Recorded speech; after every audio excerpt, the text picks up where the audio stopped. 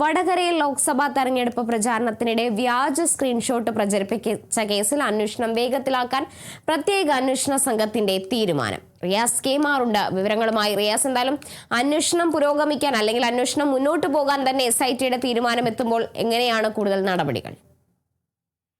UDF സർക്കാർ അധികാരത്തിൽ വന്ന ശേഷമാണ് ഈ കാഫർ സ്ക്രീൻഷോട്ട് കേസുമായി ബന്ധപ്പെട്ട് SITയെ നിയോഗിച്ചത്.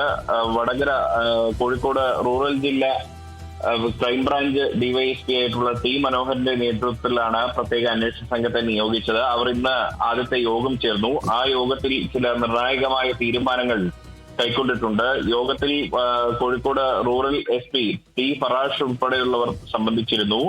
അതിൽ പ്രധാനമായും തീരുമാനിച്ചിരിക്കുന്നത് കേസിൽ ആദ്യം പ്രതിയായിട്ടുള്ള MSF പ്രവർത്തകൻ CK കാസിമിന്റെ മൊഴി രേഖപ്പെടുത്തുക എന്നുള്ളതാണ്. CK കാസിം ആദ്യം പ്രതിയാണെന്ന് പോലീസ് നടത്തിയ അന്വേഷണത്തിൽ കണ്ടെത്തുകയും എന്നാൽ അത് യഥാർത്ഥ പ്രതി CK കാസിം അല്ല എന്ന് പിന്നീട് കോടതിയിൽ തെളിയുകയുമായിരുന്നു.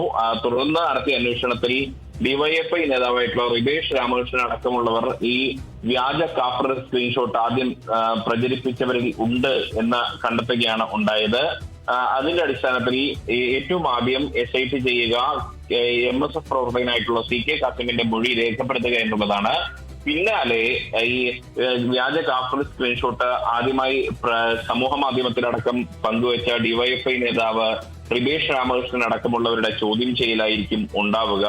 മാത്രമല്ല, പോലീസ് വ്യക്തമാക്കുന്ന ഒരു കാര്യം, പ്രത്യേകിച്ച് Kozhikode rural SP T Farash എന്ന് വ്യക്തമാക്കിയ ഒരു കാര്യം, ഈ സ്ക്രീൻഷോട്ടിന്റെ ഉറവിടം എവിടെയാണ് എന്ന് കണ്ടെത്തുക അതീവ ദുഷ്കരമായ കാര്യമാണ്. എങ്കിൽ കൂടിയും അത് കണ്ടെത്താനുള്ള ഒരു ഊർജിതമായ ശ്രമം SITയുടെ നേതൃത്വത്തിൽ ഉണ്ടാകും എന്ന് അറിയിച്ചിട്ടുണ്ട്.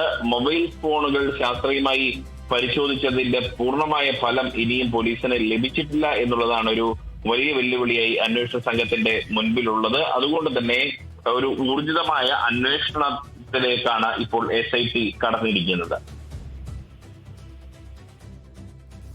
ചെറിയ വ്യക്തമാണ്. റിയാസ് കേമാറാണ് വിവരങ്ങൾ നൽകിയത്.